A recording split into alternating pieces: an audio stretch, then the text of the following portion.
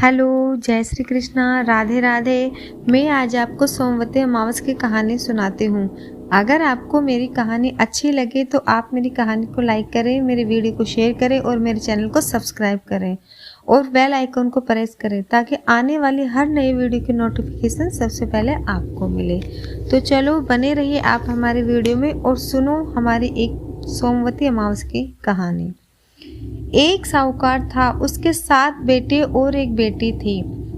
उस साहूकार के यहाँ एक जोगी भिक्षा लेने आया करता था। बहुएं भिक्षा देती तो जोगी कहता सुहागवती हो और बेटी भिक्षा देती तो कहता दुहागवती हो। बेटी सुनती तो अंदर ही अंदर कांप जाती कि ये क्या आशीष देता है, पर किसी से कुछ न कहती। एक दिन साहूकारनी ने लड़की से पूछा, आजकल तू किस चिंता में डूबी रहती है?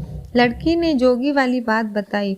माँ ने दूसरे दिन जोगी से पूछा, बाबा आप मेरी लड़की को ऐसी बुरी बात क्यों कहते हो?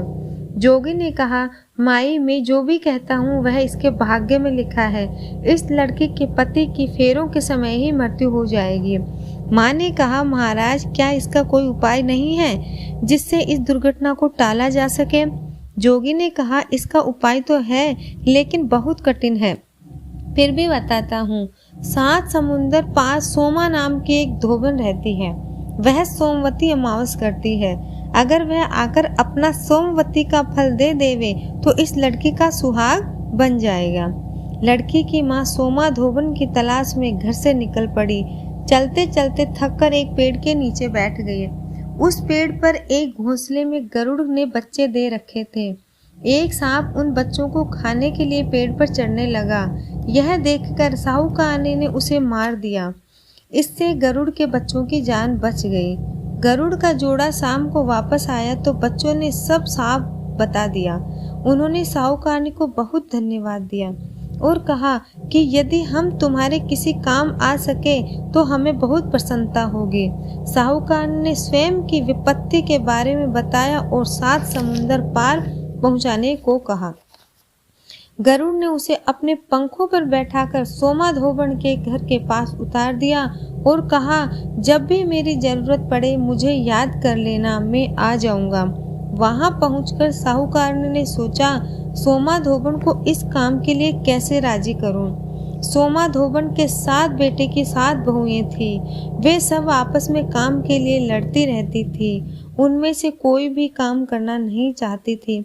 रात को जब सब लोग सो जाते थे तब साहूकारनी चुपके से सोमा धोबन के घर जाती और सारा काम करके दिन निकलने से पहले वापस चली आती। अब काम के लिए लड़ाई बंद हो गई। कपड़े, बर्तन, झाड़ू, पोछा और गाय भैंसों का सारा काम करा हुआ मिलने लगा। एक दिन सास ने सोचा, आजकल मेरी बहुएं काम के लिए नहीं लड़ती, दिन निकलने से पहले ही सारा काम कर लेती है। आज रात को जागते रहकर छिपकर देखना चाहिए कि काम कौन सी बहू करती है। सोमा धोबन ने रात को देखा कि एक औरत आई और उसने सारा काम कर दिया।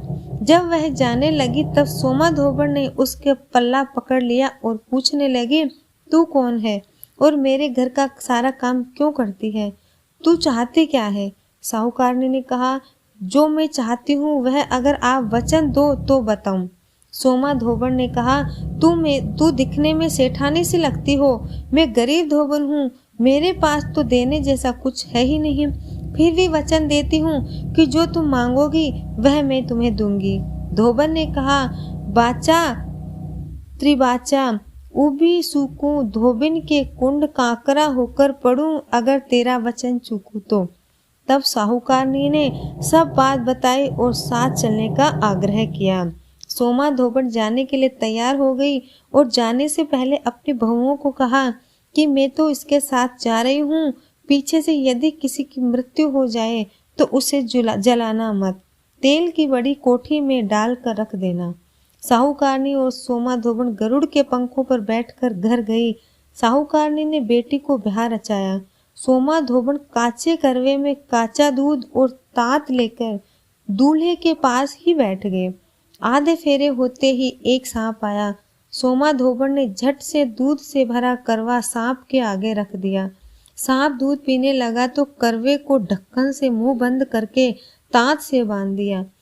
तब भी मृत्यु योग के कारण दूल्हा डर से ही मर गया। तब सोमा धोबन ने पानी हाथ में लेकर मांग में सिंदूर, नखों में से मेहंदी, आंखों और से काजल, सब चीज थोड़ी थोड़ी निकाल कर हथेली में पानी में घोलकर छींटा दिया और कहा, आज तक जितनी सोमवती मैंने करी उनका फल इस लड़के को मैं देती हूँ। इतना कहकर उस पानी का छींटा दूल्हे को दिया और हाथ का पानी छोड़ दिया तो उसी समय दूल्हा उठ खड़ा हुआ। सोमा धोबन घर जाने लगी तब साहूकार ने कहा, तुमने मेरे जवाई को जीवन दान देकर मेरी लड़की को सुहाग बचाया है, तुम बताओ कि मैं तुम्हें क्या दूं। सोमा ने कहा, मुझे कुछ नहीं चाहिए, सिर्फ कूख सिलाने की एक हांडी दे दो।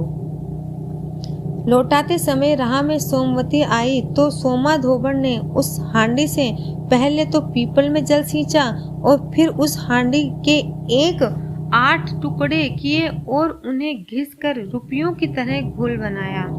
फिर कथा कहकर फेरी देकर वे टुकड़े पीपल के नीचे गाड़ दिए और घर चली गई। इधर पीछे से उसका पति मर गया था। सोमा धोबन ने आंखों की कोर से काजल निकाला, टीके में से रोली निकाली, नखों में से मेहंदी निकाली और मांग में से सिंदूर निकाला। इस प्रकार थोड़ी थोड़ी सब चीज निकालकर पानी में घोलकर पति के छींटा दिया और कहा, पहले सोमवती करे उसका फल तो साहूकार के बेटे को दिया था, किंतु रास्ते में सोमवती करे उसका फल मेरे पति को मिले। इतना बोलते ही उसका पति जीवित हो गया। तभी घर का जोगी आ गया और बोला, जुजमान सोमवती का क्या दिया है सो मुझे भी दो। सोमा धोबन बोली कि मुझे तो सोमवती रास्ते में आई थी, सो कुछ भी नहीं करा, जो करा सो वहीं पीपल के नीचे गाड़ दिया। जोगी ने जाकर पीपल के नीचे खोदकर देखा तो 108 सोने की मोहरें मिली। जोगी सब मोहरें लेकर घर आया और सोमा धोबन से बोला, आपने मोहरें सोमवती को फेर में दी और मुझे कहा कुछ नहीं दिया। सोमा धोबन ने कहा, ये तेरे ही भाग्य का है, तू ही रख ले और तुम ही इससे ले जाओ। जोशी ने कहा, नहीं, मेरा तो चौथाई भाग ही होता है, बाकी बची हुई तुम्हारी इच्छा हो तो उन्हें दे दो। इस बात का पता पड़ा तो सारे ही गांव वाले सोमवती करने लगे। हे सोमवती माता, जैसे साहूकार की बेटी और सोमा धोबन के सुहाग की रक्षा करी, वैसी सबकी करना। कहानी के कहने वाले, हुंकारा देने वाले और आसपास के सुनने वाले सबकी रक्षा करना।